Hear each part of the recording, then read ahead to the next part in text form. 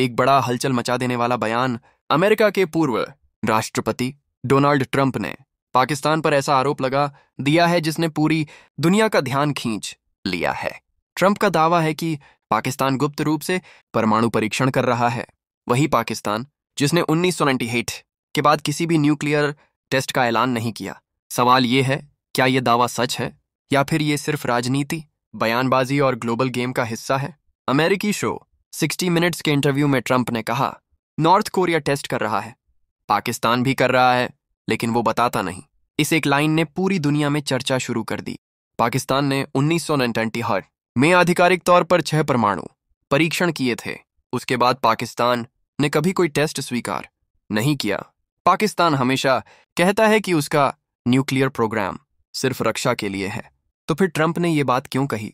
संभव कारण, पहला, अमेरिका में न्यूक्लियर प्रोग्राम को दोबारा तेज करने का माहौल बनाना। दूसरा, पॉलिटिकल गेम और चुनावी माहौल।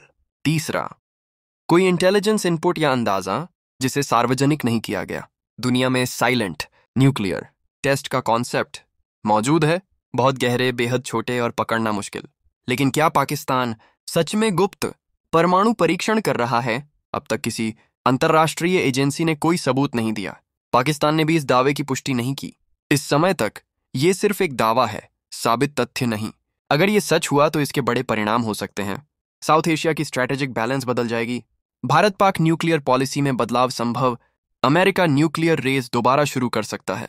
ग्लोबल न्यूक्लियर टेंशन बढ़ सकती है। पाकिस्तान एक जिम्मेदार परमाणु शक्ति है और सुरक्षा को अपनी पहली प्राथमिकता मानता है। वो किसी पर हमला नहीं करना चाहता, लेकिन अपनी रक्षा क्षमता बनाए रखना उसका अधिकार है। तो क्या ट्रंप सच बोल रहे हैं? क्या दुनिया फिर से न्यूक्लियर रेस की तरफ बढ़ रही है या ये सिर्फ एक बड़ा राजनीतिक खेल है? आपकी राय क्या है? कमेंट में बताइए। वीडियो पसंद आए तो लाइक और सब्सक्राइब करें।